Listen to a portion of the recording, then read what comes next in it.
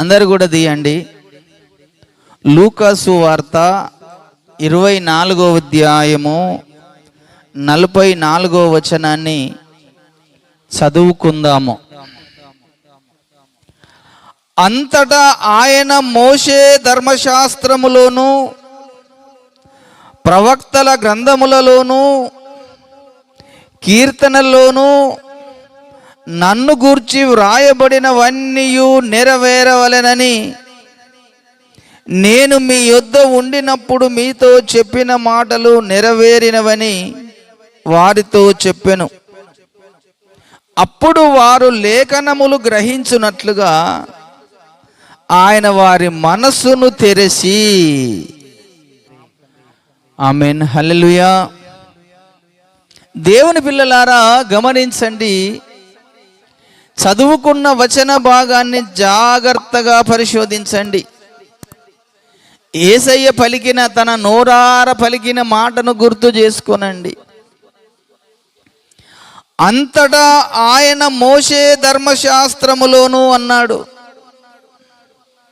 ప్రవక్తల గ్రంథములలోను కీర్తనలోను నన్ను గూర్చి వ్రాయబడినవన్నీ నెరవేరవలెనని నేను మీ యొద్ద ఉండినప్పుడు మీతో చెప్పిన మాటలు నెరవేరినవని వారితో చెప్పెను. మొదటిగా యేసు ప్రభు చెప్పిన మాట, ఆయనను గురించి ధర్మశాస్త్రములలో రాయబడ్డదట. ఆ తర్వాత ప్రవక్తల గ్రంథాలలో రాయబడ్డది అన్నాడు. ఆ తర్వాత కీర్తనల గ్రంథంలో కూడా రాయబడ్డది అన్నాడు. యేసయ్య భూమి మీదికి రాక మునిపే ధర్మశాస్త్రం వచ్చింది. మోషే ద్వారా ధర్మశాస్త్రం రాయబడ్డది. ఆ ధర్మశాస్త్రములో కూడా యేసయ్య ఈ లోకానికి వస్తాడు అనేటువంటి విషయము అందులో కూడా తెలియజేయబడ్డది అని చెప్పాడు యేసయ్య. ఆ తర్వాత ప్రవక్తల యొక్క గ్రంథాలలో కూడా నన్ను గురించి వ్రాయబడ్డది అన్నాడు. ప్రవక్తలు ప్రవచించిన ప్రవచన గ్రంథములు పరిశుద్ధ గ్రంథములో ఎన్నో ఉన్నాయి. బైబిలు గ్రంథములో ప్రవక్తలు ప్రవచించిన ప్రవచన గ్రంథములు ఎన్నో ఉన్నవి కనుక ఆ ప్రవక్తల గ్రంథములలో కూడా నన్ను గురించి రాయబడ్డది అన్నాడు. మూడవది, కీర్తన గ్రంథములలో కూడా నన్ను గురించి వ్రాయబడ్డది అన్నాడు. ఇప్పుడు యేసు ప్రభు ఈ మాట ఎప్పుడు చెప్తున్నాడు? చనిపోయి సమాధి చేసి తిరిగి లేచిన తర్వాత శిష్యులకు వాటిని బోధ చేస్తున్నాడు. మళ్ళీ అంటే యేసయ్య ఈ భూమి మీదికి వస్తాడు, వచ్చి ఆయన చేసే పనిని గురించి వ్రాయబడ్డది, ఆయన వచ్చే విధానము రాయబడ్డది, ఆయన చనిపోయే విధానము రాయబడ్డది, తిరిగి లేచే విధానము కూడా రాయబడ్డది. ఇంకా అది వరకు ఆయన ఈ భూమి మీదకి రానే లేదు, కానీ ఆయన ఇలాగూ వస్తాడని ఆయనను గూర్చి ముందుగాలే వ్రాయబడినటువంటి విషయాలను గురించి మాట్లాడుతున్నాడు. ధర్మశాస్త్రములో, మోషే రాసిన ధర్మశాస్త్రంలో కొన్ని సూచనలు మనకు కనబడ్డట్టుగా దేవుడు వ్రాయించాడు. మొట్టమొదటిసారిగా దేవుడు అబ్రహామును దర్శించినప్పుడు అబ్రహాముతో మాట్లాడుతూ, అబ్రహామా, నీ ఒక్కడై ఉన్న నీ కుమారుణ్ణి నాకు నీవు బలి అర్పించుము అన్నాడు. దేవుడు చెప్పినటువంటి మాట అబ్రహామును దేవుడు పరీక్షించడం కొరకు, ఆయన పరీక్షలో నెగ్గుతాడా లేదా అని తెలియజెప్పడం కొరకు నీకు ఒకగానైన ఒక కుమారుడైన నీ కుమారుణ్ణి నాకు బలిగా అర్పించుము అని సెలవిచ్చాడు. ఆదికాండం 22వ అధ్యాయము మీరు వెళ్ళినాక చదువుకోండి. కనుక అబ్రహాము ఏమాత్రము వెనుదీయకుండా దేవుని మాటకు విధేయత కలిగిన వాడై, దేవుని మాటకు లోబడ్డవాడై తన కుమారుణ్ణి మొరియా పర్వతం మీదికి తీసుకెళ్ళి బలిపీఠము కట్టి, బలిపీఠం మీద కుమారుణ్ణి పెట్టి తన కత్తిని పైకెత్తాడు. అప్పుడు దేవుడు స్వరము అబ్రహాముకు వినబడుతూ, అబ్రహామా ఆగుము, నీవు నాకు భయపడుతున్నావని నేను నిన్ను తెలుసుకున్నాను గనక నీ కుమారుని నువ్వు ఏమాత్రము చంపకు, వెనుకకు తిరిగి చూడుమనగానే ఆ పక్క పొంటి ఒక పొట్టేలు అది కొమ్ములతో తట్టుకొని ఎక్కడ కనబడ్డదట. ఆ పొట్టేలును తీసుకొచ్చి నాకు బలి అర్పించుము అన్నాడు. ఆదికాండము 22వ అధ్యాయము 10-11 వచనాలలో. ఇప్పుడు చూడండి ఆ వచన భాగము.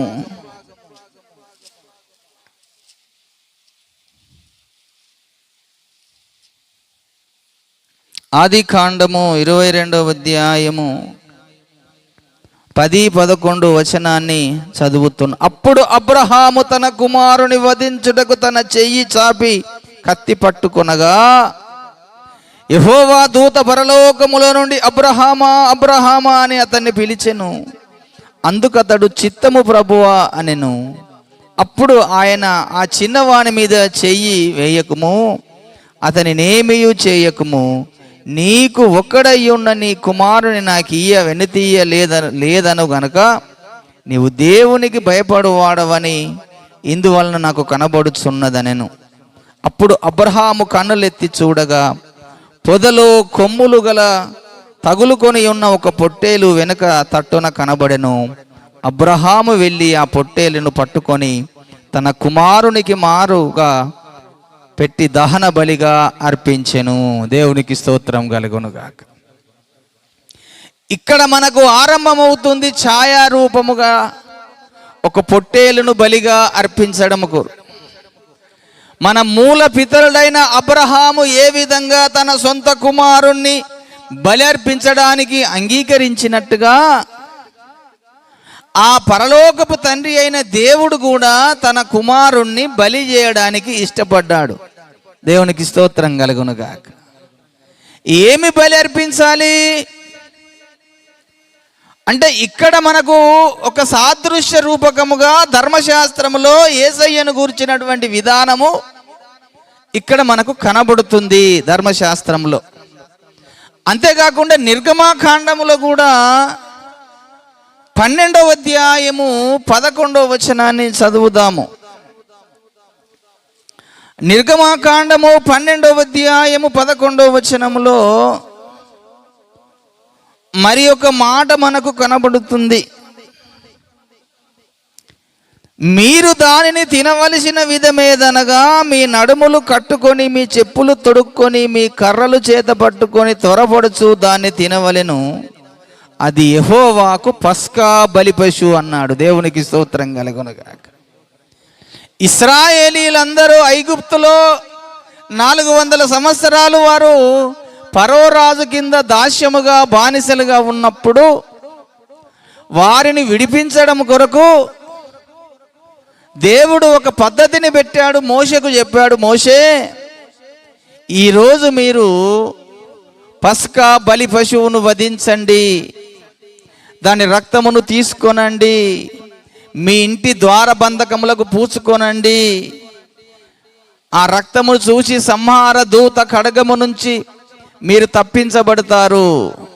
ఏ ఇంటికైతే రక్తము పూయబడి ఉండలేదో ఆ ఇంటిలోకి సంహార దూత వెళ్ళి తన తొలిచూలు సంతతిని చంపేస్తాడు అని దేవుడు మోషేకు సెలవిచ్చాడు. గనక మోషేకు సెలవిచ్చిన మాట ప్రకారము ఆ యొక్క వారు గొర్రె పిల్లను చంపి దాని రక్తములు తీసుకొని వారి ఇంటి ద్వారబంధకములకు పూచుకున్నారు. అది దేవునికి పస్కా బలి పశువును వధించే విధాన క్రమము. అక్కడి నుంచి మనుషుని పాపములకు క్షమాపణ కలగడం కొరకు ఒక జంతువును బలి అర్పించే విధానము ఆరంభమైనది ధర్మశాస్త్రం అంతటిలో. మనుషుని పాపముల నుంచి విడిపించబడాలి, మనుషుడు దేవునికి దగ్గర కావాలి, మనుషుడు చేసిన అపరాధము పాపము నుంచి విడుదల పొంది దేవునికి దగ్గరై దేవునితో నడవాలి అనంటే ఒక పస్కా బలి పశువును వధించే విధానము, క్రమము దేవుడే ఇశ్రాయేళ్లకు చెప్పి ధర్మశాస్త్రములో రాయించి పెట్టాడు. అది యేసయ్య భూమి మీదికి రాకమునుపు ఆరంభమైన పస్కా బలి పశువు క్రమ విధానము. అందుకనే ధర్మశాస్త్రములో యాజకులు మనుషుల పాపముల నిమిత్తమై ఒక జంతువును చంపి దాని రక్తాన్ని బలిపీఠం మీద పోసేటువంటి వారు. మనుషునికి దేవునికి మధ్య ఉన్నటువంటి అడ్డుగోడ లాంటి పాపము తొలగిపోవాలంటే ఒక ప్రాయశ్చిత్తార్థమైనటువంటి బలి జరగాలి, అది రక్త ప్రోక్షణ జరగాలి. ఆ రక్తం ద్వారానే పాపముల నుంచి విమోచన కలుగుతుంది, పాప క్షమాపణ కలుగుతుంది. గనక ఆ పాప క్షమాపణ పద్ధతిని దేవుడు ధర్మశాస్త్రములో రాయించి పెట్టాడు. ఎప్పటి వరకు ఇది? యేసయ్య ఒక దినమున యేసు ప్రభు కూడా ఇలాగనే వచ్చి బలి అవుతాడు, పస్కా బలి అవుతాడని అది నెరవేర్చబడే అంతవరకు ఈ జంతువులను బలి అర్పించడము ఆరంభమైనది. ఆ జంతువులు బలి అర్పించారు గనక ఆ జంతువుల బలి రక్తము ద్వారా మానవునికి దేవునికి ఒక సమాధాన బంధం ఏర్పరచబడ్డది. దేవునికి మనుషుడు దగ్గరయ్యాడు. ఆ విధానాన్ని ధర్మశాస్త్రములో రాయించి పెట్టాడు దేవుడు. దాని గురించి ధర్మశాస్త్రంలో చాలా సందర్భాల్లో రాయించాడు గనక నన్ను గూర్చి ధర్మశాస్త్రములో వ్రాయబడిన సంగతులని యేసయ్య చెప్పాడు, నెరవేర్చబడ్డాయని. దేవునికి స్తోత్రం కలుగునుగాక. ఆ తరువాత ప్రవక్తల గ్రంథములలో చాలా సందర్భాలలో రాయబడ్డది. ప్రవక్తల గ్రంథాలు ఉన్నాయి, ప్రవక్తలు ప్రవచించిన గ్రంథాలు. కొన్ని చిన్న ప్రవక్తలు ప్రవచించిన గ్రంథాలు ఉన్నాయి, కొన్ని పెద్ద ప్రవక్తలు ప్రవచించిన గ్రంథాలు ఉన్నాయి. కనుక ప్రవక్తలు ప్రవచించిన గ్రంథాలలో యేసయ్య మరణమును గురించి అనేక సందర్భాల్లో రాయబడ్డది. అందులో మనకు యేషయ గ్రంథము 53వ అధ్యాయము చాలా ప్రాముఖ్యమైనది. ఈ యేసయ్య మరణమును గురించి యేషయ గ్రంథము 53వ అధ్యాయంలో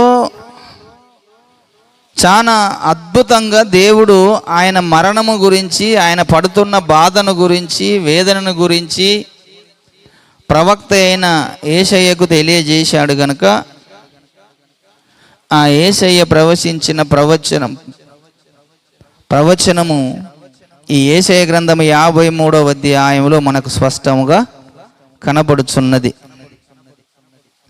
అతడు ఏ విధంగా శ్రమ అనుభవిస్తాడు, ఏ విధంగా బాధపడతాడు, ఏ విధంగా తనను చంపుతారు, ఏ విధంగా తనను కొడతారు, తన సమాధి అన్యుని సమాధిలో ఏ విధంగా పెడతారు అని ఎన్నో విషయాలు క్లుప్తంగా యేషయ గ్రంథం 53వ అధ్యాయంలో తన మరణము గురించి రాయబడ్డది. తర్వాత కీర్తనల గ్రంథములో కూడా తన మరణం గురించి రాయబడ్డది అన్నాడు. కీర్తనల గ్రంథములో కూడా ఆయన గురించి చాలా కీర్తనలలో రాయబడ్డది. అందులో 2-3 కీర్తనల విషయాలు మీకు నేను గుర్తు చేయాలని అనుకుంటున్నాను. చాలా సందర్భాలలో ఉన్నది, కానీ మనం ఎక్కువ చూయించుకుంటూ పోతే సమయము కొంచెమే ఉన్నది. కీర్తనల 2వ కీర్తన 1వ వచనములో ఒక అద్భుతమైన మాట కనబడుతున్నది, చూద్దాం. అన్యజనులు ఎలా అల్లరి రేపుచున్నారు, జనములు ఎలా వ్యర్థమైన దాన్ని తలంచుచున్నవి. మనము వారి కట్లు తెంపుదము రండి, వారి పాశములను మన యుద్ధ నుండి పారవేయుదము రండి అని చెప్పుకొనుచు భూరాజులు యెహోవాకును ఆయన అభిషేక్తునికి విరోధముగా నిలువబడుచున్నారు. ఏలికలు ఏకీభవించి ఆలోచన చేయిచున్నారు అన్నాడు.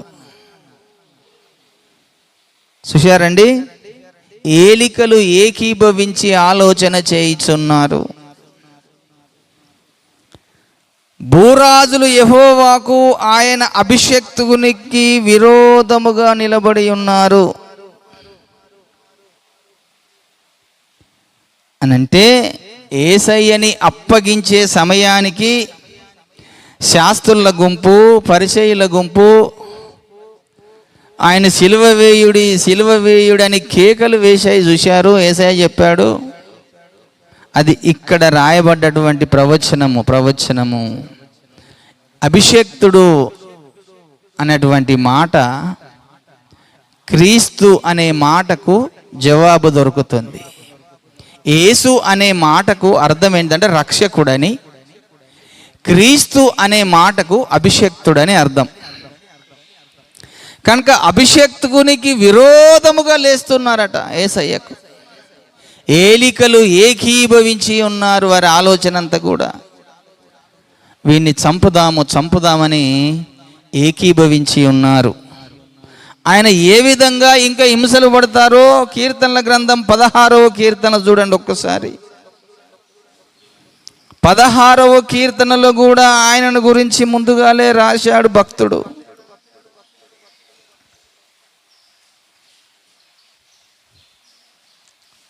ఈ 16వ కీర్తనలో కూడా 4వ వచనం చదువుతున్నాను. యెహోవాను విడిచి వేరొకని అనుసరించు వారికి శ్రమలు విస్తరించును. వారర్పించు రక్త పానీయములు నేను అర్పింపను, వారి పేర్లు నా పెదవులనెత్తను అని చెప్పుకుంటూ 8వ వచనము 9వ వచనము, సదాకాలము యెహోవా యందు నా గురి నిలుపుచున్నాను, ఆయన నా కుడి పార్శ్వమందు ఉన్నాడు కనుక నేను కదల్చబడను. అందువలన నా హృదయము సంతోషించుచున్నది, నా ఆత్మ హర్షించుచున్నది, నా శరీరము కూడా సురక్షితముగా నివసించుచున్నది. ఎందుకనగా నీవు నా ఆత్మను పాతాళములో విడిచిపెట్టవు, నీ పరిశుద్ధుణ్ణి కుళ్ళు పట్టనీయవు, జీవ మార్గమును నీవు నాకు తెలియజేసేదవు అని ఇందులో కూడా రాయబడ్డది. 22వ కీర్తనలో కూడా రండి. 22వ కీర్తనలో అయితే చాలా అద్భుతంగా ఇందులో కొన్ని విషయాలు రాశాడు. 11వ వచనం నుంచి చదువుతున్నాను. శ్రమ వచ్చి ఉన్నది, సహాయము చేయువాడెవడునూ లేడు అన్నాడు. ఇందులో మొదటి వచనములో నా దేవా నీవు నన్ను ఎలా విడనాడితివి, నన్ను రక్షింపక నా ఆర్తోదాని వినక నీవెలా దూరముగానున్నావు అని ఇది మనకు 4వ మాటలో కనబడుతుంది.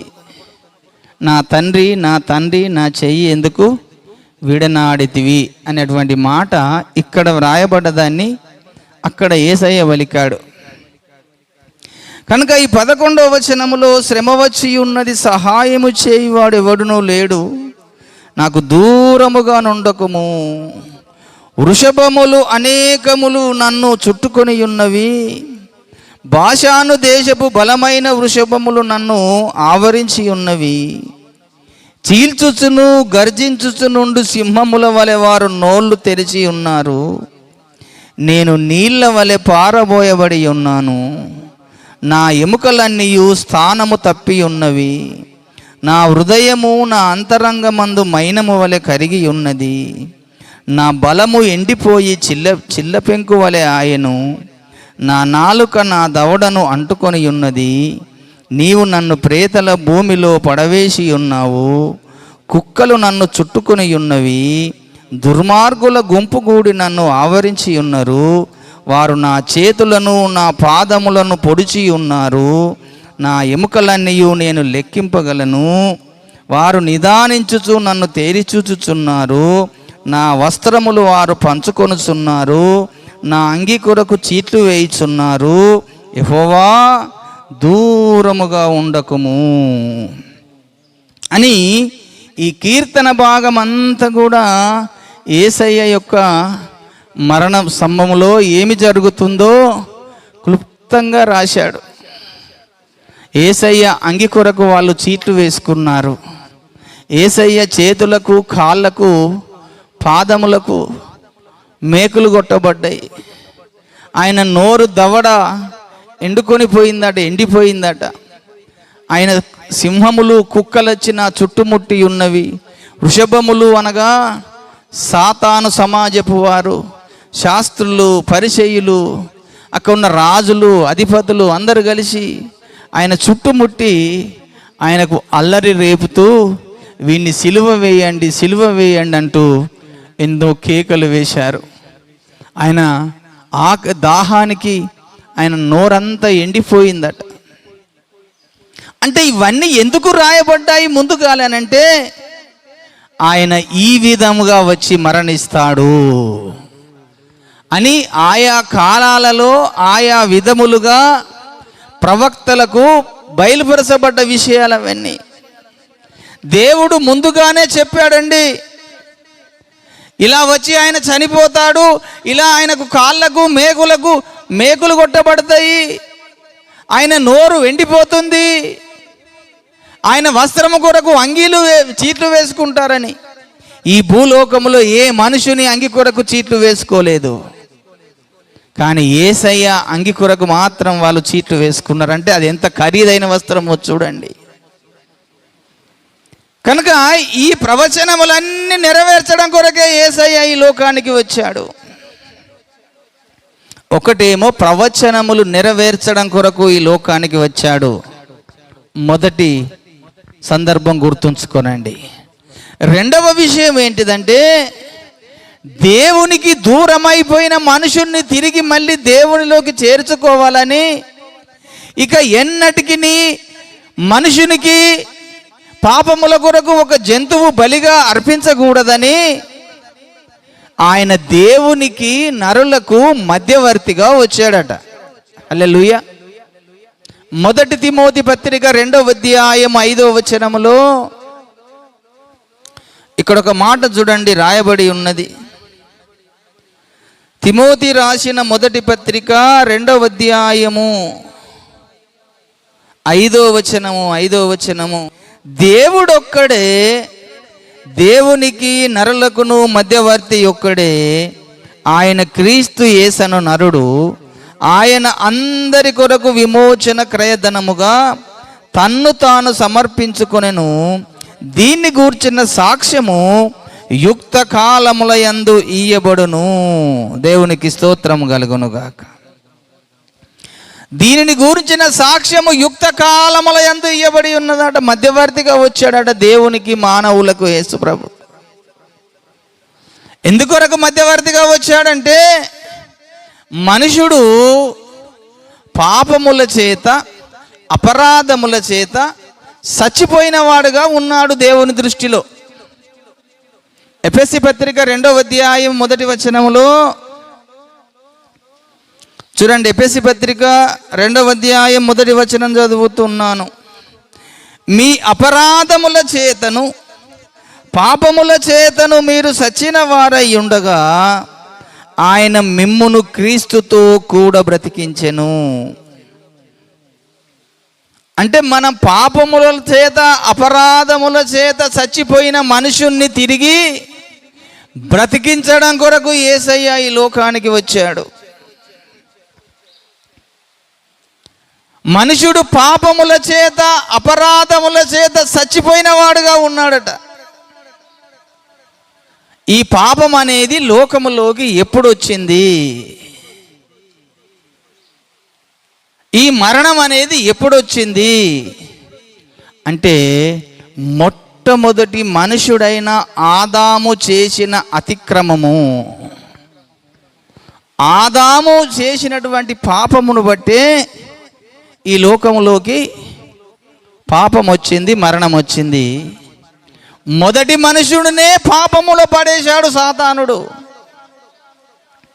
ఎందుకంటే యేసయ్య భూమి మీదికి రాక మునుపు ఈ లోకములో త్రోసివేయబడ్డ వ్యక్తి అంటే అపవాది. ఆ అపవాది భూమి మీద త్రోసివేయబడి మొదటి మనుషుడైన ఆదాముకు పాపములో పడేసి ఆదామును చంపేస్తే ఈ అధికారం అంతా నాకు చేజిక్కించుకొని వాడు భూమి మీద ఈ గ్రహాన్నంతా ఏలుతా, నేను ఈ గ్రహాన్నంతా నా వశంలో ఉంచుకొని మానవ జాతిని నేను నాకు మొక్కే విధంగా చేసుకుంటా, వారిని నేను చంపేసిన, పాపం చేయించి చంపేసిన గనుక వారందరూ చచ్చిపోయిన స్థితిలో ఉన్నారు. ఒక్కడు కూడా నీతిమంతుడు రాడు, ఇంకా ఒక్కడు కూడా పరిశుద్ధుడుగా ఉండడు. మనుషుడు పాపములోనే పుడతారు, పాపములోనే చచ్చిపోతారు గనక పాపములో పుట్టి పాపములు చచ్చిపోయిన ప్రతివాడు దేవుని రాజ్యానికి వారసుడు గాడు, నా నరకానికే వస్తాడని వాడు ఎంతో కుయుక్తితో ఆదామును మోసము చేసి పాపములో పడేశాడు. కనుకనే మనుషుని ద్వారా పాపం వచ్చేసింది, మనుషుని ద్వారా మరణం వచ్చేసింది లోకంలోకి. రోమపత్రిక 5:12 రోమీలకు రాసిన పత్రిక 5వ అధ్యాయము 8 నుంచి 12 వరకు చదువుదాం. అయితే దేవుడు మన ఎడల తన ప్రేమను వెల్లడిపరుచుచున్నాడు. ఎట్లనగా మనం ఇంకను పాపులమై ఉండగానే క్రీస్తు మన కొరకు చనిపోయెను.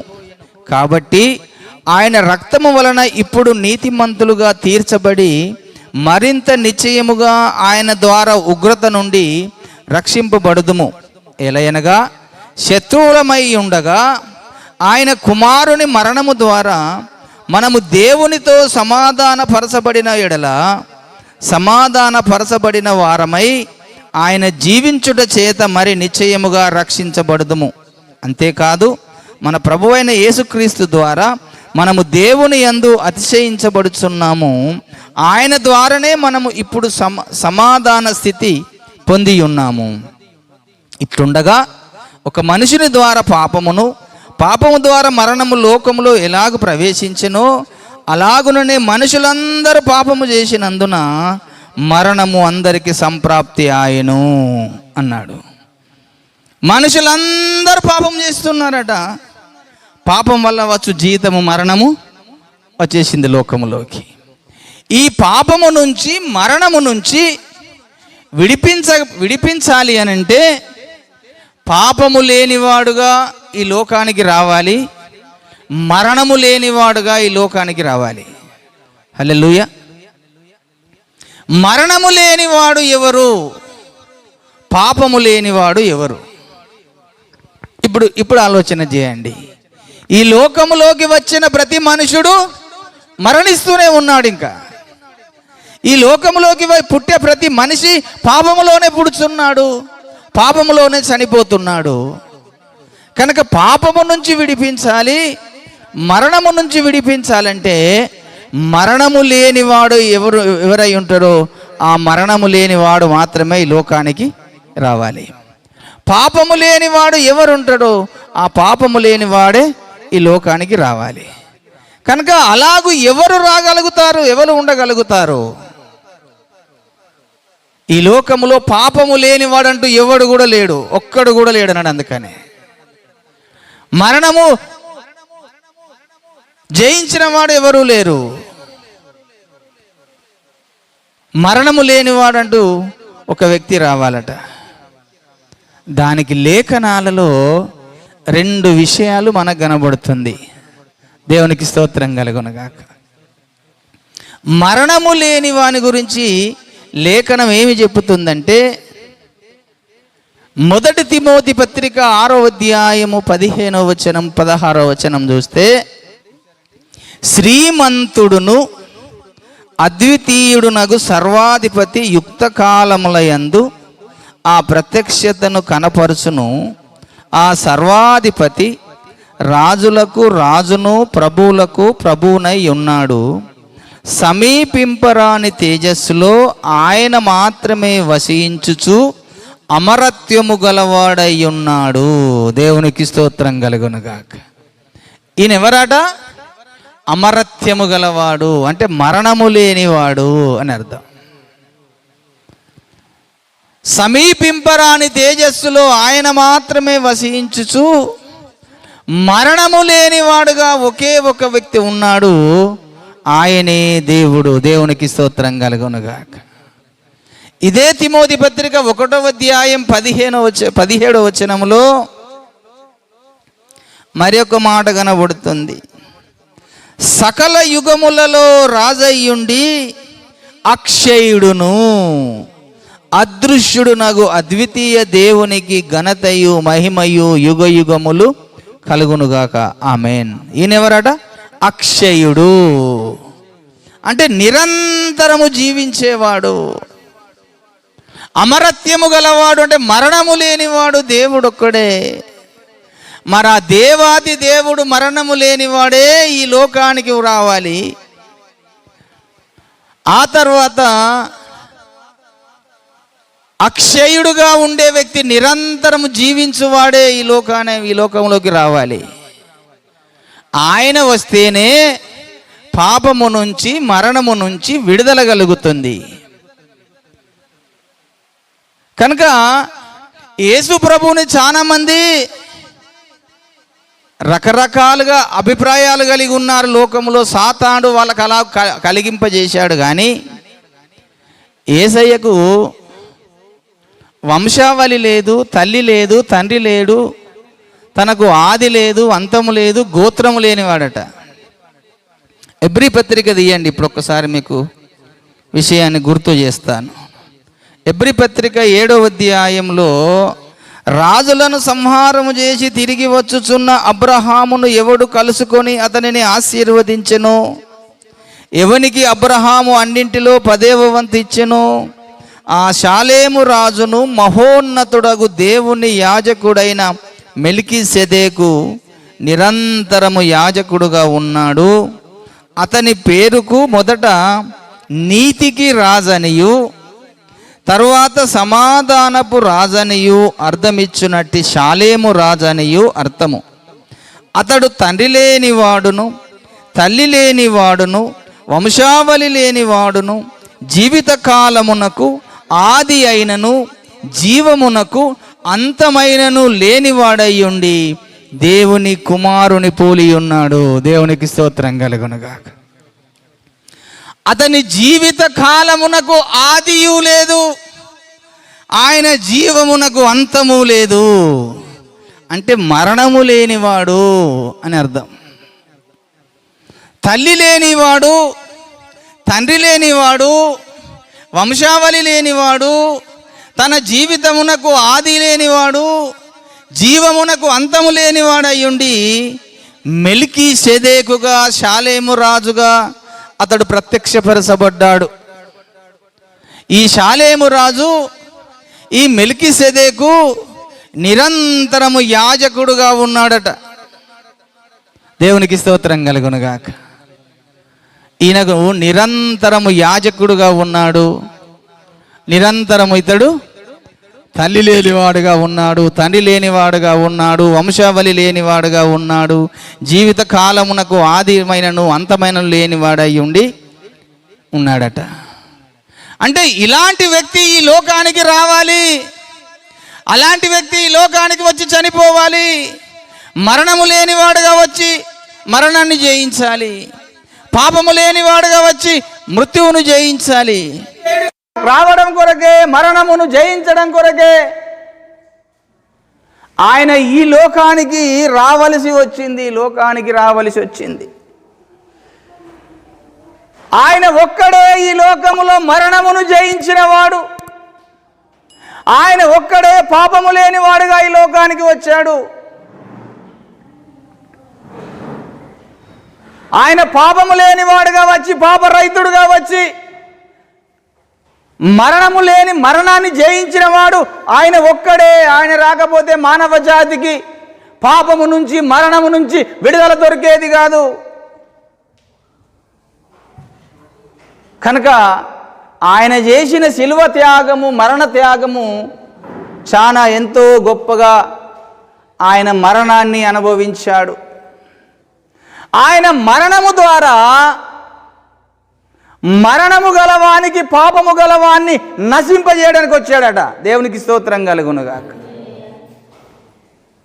ఈ మరణానికి కారకుడైన వానిని, పాపమునకు కారకుడైన వానిని ఆయన నశింపజేయడం కొరకు వచ్చాడట. ఈ మరణానికి, పాపమునకు కారకుడు సాతానుడు గనుక ఈ అపవాదిని, సాతానుని మరణం పొందడం కొరకు ఆయన ఈ లోకానికి వచ్చి మరణించాడు అన్నాడు. ఎబ్రీ పత్రిక 2వ అధ్యాయం 14వ వచనం చూడండి. ఎబ్రీ పత్రిక 2వ అధ్యాయం 14వ వచనం 15వ వచనం చదువుచున్నాను. కాబట్టి ఆ పిల్లలు రక్తమాంసములు గలవారైనందున ఆ ప్రకారమే మరణము యొక్క బలము గలవానిని, అనగా అపవాదిని. ఆ కింద పుట్నోట్లో 3వది సాతానని ఉంటుంది. ఎందుకని అపవాదిని మరణము ద్వారా నశింపజేయుటకును, జీవిత కాలమంతయు మరణ భయము చేత దాస్యమునకు లోబడిన వారిని విడిపించుటకును ఆయన కూడా రక్తమాంసములలో పాలివాడాయను. ఏలయనగా ఆయన ఎంత మాత్రమును దేవదూతల స్వభావమును ధరించుకొనక అబ్రహాము సంతాన స్వభావమును ధరించుకొని ఉన్నాడు. కావున ప్రజల పాపములకు పరిహారము కలుగజేయుటకై దేవుని సంబంధమైన కార్యములలో కనికరమును నమ్మకమును గల ప్రధాన యాజకుడగు నిమిత్తము అన్ని విషయాలలో ఆయన తన సహోదరుల వంటి వాడు కావలసి వచ్చెను. దేవునికి స్తోత్రం కలుగునుగాక. మరణము గలవాణ్ణి నశింపజేయడం కొరకు వచ్చాడు. పాపము జయించేవాడిని నశింపజేయడం కొరకు వచ్చాడు. ఆయన కూడా రక్త మాంసములు గల శరీరమును ధరించుకొని వచ్చాడు. ఆయన అక్షయుడుగా ఉన్నాడు. ఒకప్పుడు మరణము లేనివాడుగా ఉన్నాడు. అమరత్యము గలవాడుగా ఉన్నాడు. ఆ దేహముతో ఉంటే ఆయనకు మరణము లేదు కనుక ఆయన కూడా మరణించగల శరీరమును ధరించుకొని వచ్చాడు. ఈ రక్త మాంసముల శరీరమును ధరించుకొని అబ్రహాము సంతానములో పుట్టాడు. అబ్రహాముకు ఏ శరీరమైతే కలిగి ఉన్నాడో ఆ రక్త మాంసములు గల శరీరమును ధరించుకుంటేనే మరణించడం జరుగుతుంది కనుక ఆ దేవదూతల సారూప్యాన్ని విడిచిపెట్టుకున్నాడు. దేవత్వాన్ని విడిచిపెట్టుకున్నాడు. మహిమను విడిచిపెట్టుకున్నాడు. అన్నింటినీ విడిచిపెట్టుకొని ఆయన కేవలము మానవ అవతారం ఎత్తుకొని ఈ చచ్చిపోయే శరీరముకు సంబంధించిన రక్త మాంసములు గల శరీరమును ధరించుకొని ఆయన ఈ లోకానికి వచ్చాడు. దేవునికి స్తోత్రం కలుగునుగాక. కనుక మరణము గలవానిని నశింపజేయడం కొరకు వచ్చాడు. పాపము నశింపజేయడం కొరకు వచ్చాడు. తర్వాత 4వ పాయింట్ ఏంటిదంటే ఆయన రక్తము, ఆయన శరీరము మానవులకు అవసరమై ఉన్నది. దేవునికి స్తోత్రం కలుగునుగాక. కనుక మానవునికి నిత్య జీవం ఇయ్యడం కొరకు ఆయన రక్త శరీరములు కావాలి మానవులకు. గనుక ఆయన రక్తాన్ని భూమి మీద చిందించడం కొరకు వచ్చాడు. ఆయన శరీరాన్ని ఈ భూమి మీద ఇయ్యడం కొరకు వచ్చాడు. దేవునికి స్తోత్రం కలుగునుగాక. కనుకనే యేసు ప్రభువు ఈ లోకములో చివరిసారిగా తన శిష్యులతో కలిసి పస్కా బలి పశువును వధింపజేసుకునే విధంగా వారు పస్కా పండుగ జరిపించుకొని ఉన్నారట. యేసు ప్రభు అప్పగించబడబోయే రాత్రి వారందరూ కూడా యెరూషలేములో కూడుకొని పస్కా పండుగను ఆచరిస్తున్నారు. ఆ పస్కా పండుగ యొక్క ఆచరణ ఏంటిదంటే అంతకుముందు పస్కా బలి పశువును వధించాలి. కానీ యేసు ప్రభు ఆ పస్కా బలి పశువును వధించే సమయానికి ఒక కొత్త విధానాన్ని శిష్యులకు నేర్పించాడు. మత్తయి సువార్త 26వ అధ్యాయంలో అందరు తీయండి. శిష్యులతో కలిసి ఆయన ఆ రాత్రికాల సమయంలో భోజనము చేయిచున్నాడు. ఆ పండుగ ఏం పండుగ అంటే పస్కా బలి పశువు పండుగ. ఇశ్రాయేలు ఈ పండుగను ఎంతో గొప్పగా ఆచరిస్తారు. ఆ ఆచరించే పండుగే పస్కా బలి పశువు పండుగ కనుక వారందరూ పస్కా పండుగ సమీపం అవుతున్నప్పుడు యేసుప్రభు కూడా ఆ పండుగను ఆచరించడం కొరకు యెరూషలేములోకి వచ్చాడు. 26వ అధ్యాయం మొదటి 2 వచనాలు చదవండి. ఫస్ట్ చదువుతున్నాను, వినండి. యేసు ఆ మాటలన్నీ చెప్పి చాలించిన తరువాత జరిగినదేమనగా, ఆయన తన శిష్యులను చూసి 2 దినములైన పిమ్మట పస్కా పండుగ వచ్చుననియు, అప్పుడు మనుష్య కుమారుడు సిలువ వేయబడుటకై అప్పగించబడుననియు మీకు తెలియజేసి చెప్పెను. ఈ పస్కా బలి పశువు పండుగలో ఆయన అప్పజెప్పబడబోతున్నాడని ముందుగానే శిష్యులకు చెప్పాడు. ఈ పస్కా పండుగ రేపు వస్తుంది, 2 దినములైన తర్వాతనని ఆయన యెరూషలేములో చెప్పాడు. కనుక పస్కా పండుగను ఆచరించడం కొరకు శిష్యులను దగ్గరికి పిలిచి వారితో ఒక మాట చెప్పుతున్నాడు. చూడండి, ఈ 26వ అధ్యాయము 20వ వచనం చదువుతున్నాను. సాయంకాలం అయినప్పుడు ఆయన 12 మంది శిష్యులతో కూడా భోజనముకు కూర్చుండబడెను. వారు భోజనము చేయుచుండగా ఆయన, మీలో ఒకరు నన్ను అప్పగించబోవునని మీతో నిశ్చయంగా చెప్పుచున్నాను నేను. అందుకు వారు బహు దుఃఖపడి ప్రతివాడు, ప్రభువా నేనా అని ఆయన అడగగా, నాతో కూడా పాత్రలో చెయ్యి ముంచిన వాడెవడో వాడే నన్ను అప్పగించువాడు. మనిషి కుమారుని గూర్చి వ్రాయబడిన ప్రకారము ఆయన పోవుచున్నాడు గాని ఎవని చేత మనిషి కుమారుడు అప్పగించబడుచున్నాడో ఆ మనుషునికి శ్రమ. ఆ మనుషుడు పుట్టి ఉండని ఎడల వానికి మేలని చెప్పెను. ఆయన అప్పగించిన యూదా, బోధకుడా నేనా అని అడగగా ఆయన నీవన్నట్టే అనెను. ఇక్కడ కూడా తను అప్పగించబోయేవాడెవరో ముందుగానే యేసయ్యకు తెలుసు కనుక ఆ అప్పగించే వాని విషయం కూడా అలా బయలుపరిచాడు. తర్వాత 26వ వచనంలో ఒక మాట చెబుతున్నాడు. వారు భోజనము చేయిచుండగా యేసు ఒక రొట్టెను పట్టుకొని దానికి ఆశీర్వదించి విరిచి తన శిష్యులకిచ్చి, మీరు తీసుకొని తినుడి, ఇది నా శరీరం అని చెప్పెను. మరియు ఆయన గిన్నె పట్టుకొని కృతజ్ఞతాస్తుతులు చెల్లించి వారికి ఇచ్చి, దీనిలోనిది మీరందరూ త్రాగుడి, ఇది నా రక్తము, అనగా పాప క్షమాపణ నిమిత్తము అనేకుల కొరకు చిందించబడుచున్న నిబంధన రక్తము. నా తండ్రి రాజ్యంలో మీతో కూడా నేను ఈ ద్రాక్షరసమును కొత్తదిగా త్రాగు వరకు ఇకను దాన్ని త్రాగనని మీతో చెప్పుచున్నాను నేను. ఇలాగూ యేసుప్రభువు ఈ లోకంలోకి రాకపోతే ఆయన శరీరము మనకు దొరికేది కాదు, ఆయన రక్తము మనకు దొరికేది కాదు. మానవ జాతి యొక్క పాపములు క్షమించబడాలంటే మరణము లేని వాని యొక్క శరీరము మనకు కావలసి ఉన్నది. మరణము లేని వాని యొక్క రక్తము మనకు అవసరమై ఉన్నది. కనుక దేవుని రక్తము, దేవుని శరీరము మానవ జాతికి అందించితేనే వారు నిత్య జీవము కలిగిన వారై ఉంటారు అన్న ఉద్దేశంతో యేసు ప్రభు ఈ లోకానికి మానవ శరీరము ధరించుకొని వచ్చాడు. ఎన్ని కారణాలు చెప్పానండి ఇప్పుడు? ఆయన రావడానికి గల కారణాలు ఎన్ని చెప్పాను?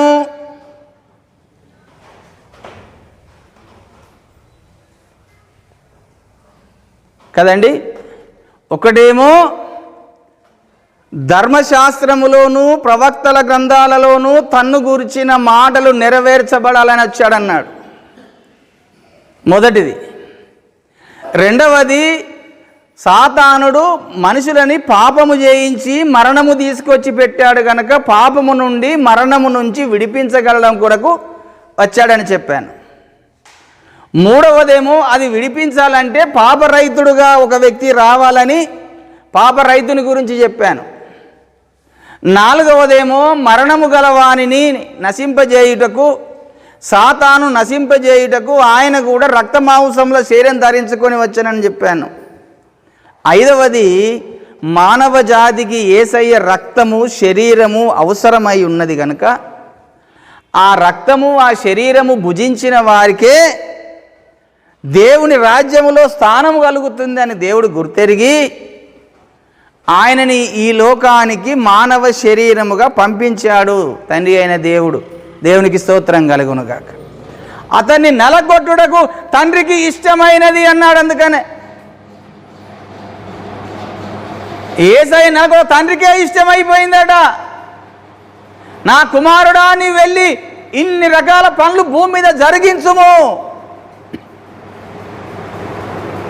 అప్పుడు మానవుడు పరిశుద్ధుడుగా చేయబడతాడు. ఆ పరిశుద్ధుడుగా చేయబడ్డ వానికి మాత్రమే నా రాజ్యములో స్థానం కలుగుతుంది అని ఆ దేవుడు పరలోకంలో తండ్రి అయిన దేవుడు తీర్మానం చేసి పంపించాడు. త్వరగా పెట్టు దాన్ని, తీసేదాన్ని పెట్టు. తీర్మానము చేసి చిత్తము నెరవేర్చడం కొరకే యేసు ప్రభు ఈ లోకానికి వచ్చానన్నాడు. కనుక ఈ భోజనమైన తర్వాత అప్పుడు యేసయ్య ఆ గెత్సెమనే తోటలోకి వెళ్ళి ఆ తోటలో ఆయన చాలా దుఃఖపడ్డటువంటి విషయాలు కనబడుతున్నాయి. ఆయన ఏడ్చిన దినము కనబడుతున్నాయి. అప్పుడు శిష్యులందరూ ఆ తోటలో నిద్రపోతున్నారట. యేసయ్య వెళ్ళాడు, మోకరించాడు, తండ్రి వైపు చూసి రేపు ఆయన పొందబోయే సిలువ శ్రమలు చూసుకుంటూ ఆయన ఏ విధంగా కొడతారో, ఏ విధంగా చంపుతారో, ఏ విధంగా గుద్దుతారో, ఏ విధంగా ఉమ్మి వేస్తారో అవన్నీ కూడా దృశ్యాలు చూసుకుంటూ ఏడుస్తూ తండ్రి నీ చిత్తమైతే ఈ గిన్నె నా యొద్ద నుండి తొలగించవా అని ప్రార్థన చేశాడు. అయినను నా చిత్తము కాదు నీ చిత్తమే జరిగించు అని మళ్ళీ చేశాడు. అలాగూ ముమ్మారు చేశాడు యేసయ్య ప్రార్థన. అప్పుడు మూడవసారికి ఈ ఇస్కరియోతు యూదా ప్రధాన యాజకుల దగ్గరికి వెళ్ళిపోయి 33 వెండి నాణెములను తీసుకొని వచ్చి యేసయ్యను వారి చేతికి అప్పగించాడు. ఎప్పుడైతే అప్పగించాడో ఆ యేసయ్యని వారు తీసుకెళ్ళి ఆ రాత్రికాల సమయంలో అక్కడికిక్కడికి తిప్పుచున్నారు. ప్రధాన యాజకుని దగ్గరికి తీసుకెళ్ళారు, తర్వాత పిలాతు దగ్గరికి తీసుకెళ్ళారు. ఆ రాత్రి ఆయనకు రకరకాల హింసలు పెట్టడం కొరకు కొరడా దెబ్బలు కొడుతున్నారు. శరీరం అంతా నాగటి చాళ్ళ వలె దున్నబడే విధంగా రోమా సైనికులటువంటి కొరడా దెబ్బలు, ఆ కొరడాలకు ఇట్లా గాలము లాంటి ఇలా ఉంటాయి, స్పంజ్ లాంటివి. ఒక్కసారి శరీరంలో అది దిగి ఇట్లా గుంజితే శరీరం అంతా చీల్చబడుతుందట. శరీరం అంతా చీల్చబడ్డది ఆ గాలన చేత కూర్చబడి. ఆ ప్రవచనం నెరవేర్చబడాలి. ఆయన శరీరము నాగటి సాళ్ళ వలె దున్నబడి ఉన్నదన్నాడు ప్రవచనం నెరవేర్చడం కొరకు. ఆ రోమా సైనికుల కొరడాలకు ఉన్నటువంటి ఆ దెబ్బల చేత ఆయన శరీరం అంతా చీల్చబడుతుంటే, ఆయన శరీరము గాయాలవుతుంటే ఆయన వాటిని భరించుకుంటూ వచ్చాడట. కొరడా దెబ్బలు 39 కొరడా దెబ్బలు ఆయన ఎంతగా భరించాడు. చిన్న గాయమైతేనే, చిన్న ముళ్ళు గుచ్చితేనే మనం విలవిలలాడిపోతామే. నీ కొరకు, నా కొరకు, మానవ జాతి కొరకు, మానవుడు చేసిన పాపముల కొరకు, శాపముల కొరకు వారు చనిపోవద్దని ఆ మరణము ఆయన అనుభవించాడు. నీ కొరకు ఆయన శరీరాన్ని నలగొట్టుకున్నాడు. నీ కొరకు ఆయన గాయాలు అనుభవించాడు. అంతేకాకుండా తలకు ముళ్ళ కిరీటం పెట్టి గుద్దుతుంటే తలలో నుంచి రక్తం అంతా స్రవిస్తుందట. ఎందుకంటే నీ తలలో పాపపు సంబంధమైన ఆలోచనలు నీ తలలో నుంచి పుడతాయి గనక నీకు పెట్టుకోవలసిన దానికి ఆయన ముళ్ళ కిరీటం పెట్టి నిన్ను రాజకిరీటం నిన్ను రాజుగా చేయడానికి, నీకు రాజకిరీటం పెట్టడం కొరకు ఆయన ముళ్ళ కిరీటం పెట్టుకున్నాడు. నీ ఆలోచనలు పాప సంబంధమైన చచ్చిపోవాలని నీ తలలో ఆయన తలకు ముళ్ళ కిరీటం పెట్టుకున్నాడు. నీ శరీరము పాప విషయములో పాపపు క్రియల్లో పాల్గొతుంది కనుక నీ శరీరం మీద ఆయన శరీరం నలగొట్టుకున్నాడు. నీ చేతులు పాపమునకు పరిగెడుతున్నవి, పాపం చేయడానికి నీ చేతులు పరిగెడుతున్నాయి కనుక నీ చేతులు పాపం చేయకుండా ఆయన చేతుల్లో మేకులు కొట్టబడ్డాయి. నీ కాళ్ళు పరిగెడుతున్నాయి పాపం చేయడం కొరకు కనుక నీ కాళ్ళకు, మనందరి కాళ్ళ కొరకు ఆయన కాళ్ళల్లో మేకులు కొట్టబడ్డాయి. నీ హృదయము పాపపు తలంపులతో నిండుకొని పోతున్నది కనుక నీ హృదయానికి బదులు ఆయన హృదయంలో బల్లెపోట్లు పొడవబడ్డాయి. నీ నోరు పాప విషయములో చెడ్డ మాటలు పలికి నీ నాలుక పాపం చేస్తుంది కనుక నీ పాపకు ప్రాయశ్చిత్తంగా ఆయన నోటికి విషం అందించబడ్డది. పంచగాయముల చేత ఆయన నలగొట్టబడ్డాడని భక్తుడు అనేకులకు ముందు తన గ్రంథాల్లో కూడా రాయించబడ్డాడు. పంచగాయముల చేత ఆయన నలగొట్టబడ్డాడట. ఆ రక్తమంతా స్రవించింది, తలలో నుంచి రక్తం కారుతుంది, హృదయం రక్తం కారుతుంది, కాళ్ళలో నుంచి రక్తం కారుతుంది, చేతుల్లో నుంచి రక్తం కారుతుంది. తర్వాత బల్లెపొట్టు పక్కలో పుడితే పక్కల నుంచి రక్తం కారుతుంది. ఆయన రక్తపు మడుగులో రక్తపు ముద్దలాగా మారిపోయాడు. కేవలము నీ కొరకు, నా కొరకు, మానవ జాతి అందరి కొరకు ఆయన రక్తముగా మార్చబడ్డాడు. ఎవరు నీ కొరకు ప్రాణం పెట్టాడు? నీ తల్లి పెట్టిందా? నీ తండ్రి పెట్టిందా? నీ బంధువు పెట్టిందా? నీ భర్త పెట్టిందా? నీ భార్య పెట్టిందా? నీ కుమారులు పెట్టారా? నీ కొరకు ఎవరు ప్రాణం పెట్టారు? ఈ లోకములో ఉండే బంధాలన్నీ వ్యర్థముగా అనుకోండి. వ్యర్థమైన బంధాలు ఈ లోకంలో ఉండే బంధాలు. ఆయన బంధము మనకు చాలా విలువ కలిగిన బంధము. ఆయన రక్తము మనకు చాలా అవసరమై ఉన్న రక్తము. ఆ రక్తము చిందించడం కొరకు ఆయన ఈ లోకములో వచ్చి ఆయన రక్తాన్నంతా చిందించి నీ రక్తము ద్వారా పాప క్షమాపణ కలగజేశాడట. కనుకనే యేసు రక్తము ప్రతి పాపము నుండి మిమ్మల్ని పరిశుద్ధులుగా చేయును అన్నాడు. యేసు రక్తం ఇచ్చి ప్రతి జనములోను, ప్రతి ప్రజలోను, ఆయా మనుషులను కొని వారిని మా దేవుడు రాజ్యముగా చేయడం కొరకు రక్తం చిందించాడు. ఆ రక్తం చిందించడం కొరకు వచ్చాడు యేసయ్య. నీ కొరకు ఎవ్వరు ప్రాణం పెట్టలేదు, కానీ ఆ దేవాతి దేవుడు నీ కొరకు ప్రాణం పెట్టాడు. కుమారులారా, కుమార్తెలారా, ప్రతి ఒక్క మానవుని కొరకు ఆయన ప్రాణం పెట్టాడు, రక్తం చిందించాడు. ఆ రక్తాన్ని చిందించకపోతే నీకు పాప క్షమాపణ కలిగేది కాదు, నాకు పాప క్షమాపణ కలిగేది కాదు. నేను దేవుని రాజ్యంలోకి వెళ్ళే వ్యక్తిని కాదు, నీవు వెళ్ళే వ్యక్తివి కాదు. కనుక ఈ లోకములో నుంచి ఏదో ఒకరోజు తప్పకుండా నువ్వు విడిచిపెట్టవలసిన వ్యక్తివే. నీవు విడిచిపెట్టబడిన నాడు ఇక్కడ కళ్ళు ముద్దే దేవుని రాజ్యంలో ఉంటానని ఆలోచన కలిగి భక్తి చేయి. నీ భక్తి జీవితం నేను దేవుని రాజ్యమునకు చేరుస్తుందా? నీ పాపములు క్షమించబడకపోతే, నీ పాప శుద్ధి కలగకపోతే నీకు పరలోక రాజ్యంలో స్థానము లేదు. నువ్వు చచ్చి నరకానికి వెళ్తావు, జాగ్రత్త. కనుక అంత గొప్ప శ్రమలు ఎందుకు అనుభవించాడు యేసయ్య అంటే ఆయన చచ్చిపోయి మనల్ని బ్రతికించాడట. దేవునికి స్తోత్రం కలుగునుగాక. మానవ జాతిని బ్రతికించాడు. పాపం వల్ల వచ్చు జీతము మరణము గనుక మరణము నుంచి తప్పించి నీ నిత్య జీవం ఇవ్వడం కొరకు ఆయన ఈ లోకానికి వచ్చి మరణించాడు. ఒక్కసారి ఆలోచన చేయండి. ఆ కల్వరి గిరిలో, కల్వరి శిలువలో ఆయన శిలువను మోసుకుంటూ యెరూషలేము వీధులలో ఆయన వెళుతుంటే జనులందరూ ఎంతగా వేదన పడ్డారు, దుఃఖపడ్డారు, బాధపడ్డారు. కొంతమంది ఏడుస్తుంటే, అమ్మలారా మీరు నా కొరకు ఏడవకండి, మీ కొరకు, మీ పిల్లల కొరకు ఏడవండి అన్నాడు యేసయ్య. దేవునికి స్తోత్రం కలుగునుగాక. అది దేవుని ప్రేమ అంటే. మీరు నా కొరకు ఏడవకండి, మీ కొరకు, మీ పిల్లల కొరకు ఏడవండి.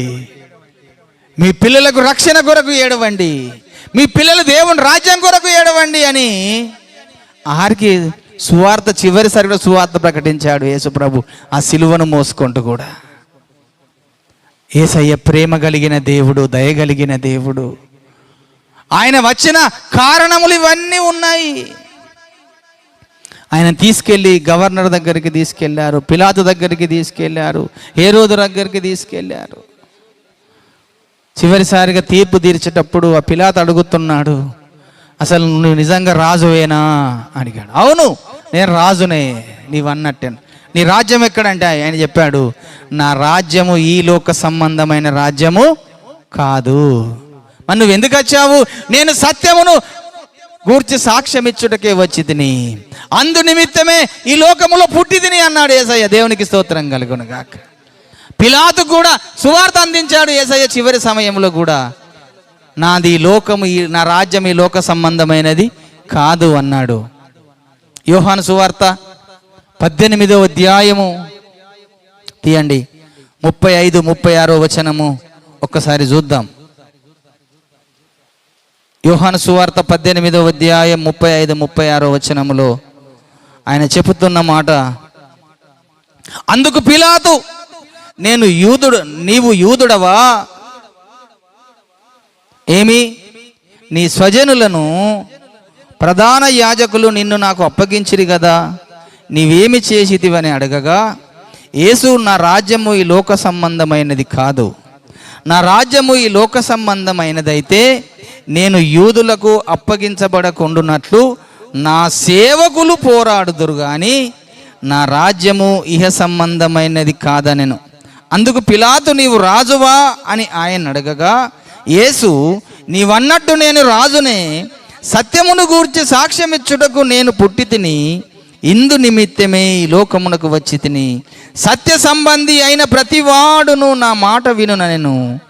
అందుకు పిలాతు, సత్యమనగా ఏమి అని ఆయనతో చెప్పగా, చూశారండి, నేను సత్యమును స్థాపించుటకే లోకానికి వచ్చాను, సత్య సంబంధి అయిన ప్రతివాడు నా మాట వింటాడు అన్నాడు.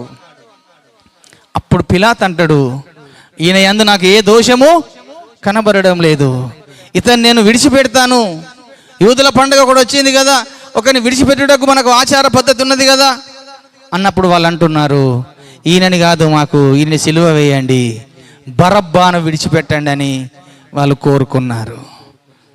కనుక ఆయన చనిపోవాలి, విడిచిపెట్టబడితే రక్షణ దొరికేది కాదు, విడిచిపెట్టబడితే ఆయన మరణించేవాడు కాదు.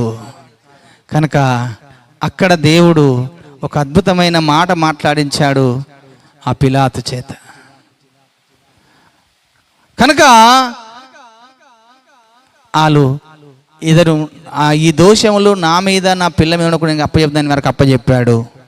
అప్పుడు వారందరూ కలిసి, సైనికులు కలిసి, మత పెద్దలు కలిసి, కపయ వారందరూ కూడా ప్రధాన యాజకులు కలిసి యేసయ్యను సిలువకు అప్పగించి కొట్టడము మొదలుపెట్టి ఆయన రకరకాల హింసలు చేసుకుంటూ తీసుకెళ్ళి ఆ గొల్గొతా కొండ వైపు తీసుకెళ్ళి, ఆ గొల్గొతా కొండ మీద 9 గంటలు మొదలుకొని 3 గంటల వరకు ఆ దేశమందంతా చీకటి కమ్మిందట. యేసయ్యను సిలువ వేసినప్పుడు ఆ దేశమందంతా చీకటి కమ్మింది. అప్పుడు ఆ యేసయ్య ఆ 7 మాటలు పలికిన మాటలు అక్కడ కనబడుతుంటాయి. ఆ చీకటి గమ్మడము సమాప్తమైనదని చెప్పి ఆయన ప్రాణము విడిచినప్పుడు దేవాలయపు తెర నడిమికి చినిగింది. దేవునికి స్తోత్రం కలుగునుగాక. అప్పుడు సమాధులు తెరవబడ్డాయి, చచ్చిపోయిన వారందరూ లేచి బయటకు వచ్చారు. ఎంత ఆయన మరణం ఎంత గొప్పగా ఉన్నదో చూడండి. ఆ విషయాన్ని మనం చదువుతుంటేనే ఆశ్చర్యం వేస్తుంది. మత్తయి సువార్త 27వ అధ్యాయంలోకి రండి, 45వ వచనాన్ని చదువుతున్నాను. మధ్యాహ్నము మొదలుకొని 3 గంటల వరకు ఆ దేశమంతటను చీకటి కమ్మెను. ఇంచుమించు 3 గంటలప్పుడు యేసు ఏలీ ఏలీ లాభ సమక్తమని బిగ్గరగా కేక వేసెను. ఆ మాటలకు, నా దేవా నా దేవా నన్నెందుకు చెయ్యి విడిచితివని అర్థము. అక్కడ నిలిచి ఉన్న వాళ్ళు కొందరు ఆ మాట విని, ఇతడు ఏలియాను పిలుస్తున్నాడని. వెంటనే వారిలో ఒకడు పరుగెత్తుకొని పోయి స్పంజి తీసుకొని చిరకతో ముంచి రెల్లున తగిలించి ఆయన త్రాగనిచ్చెను.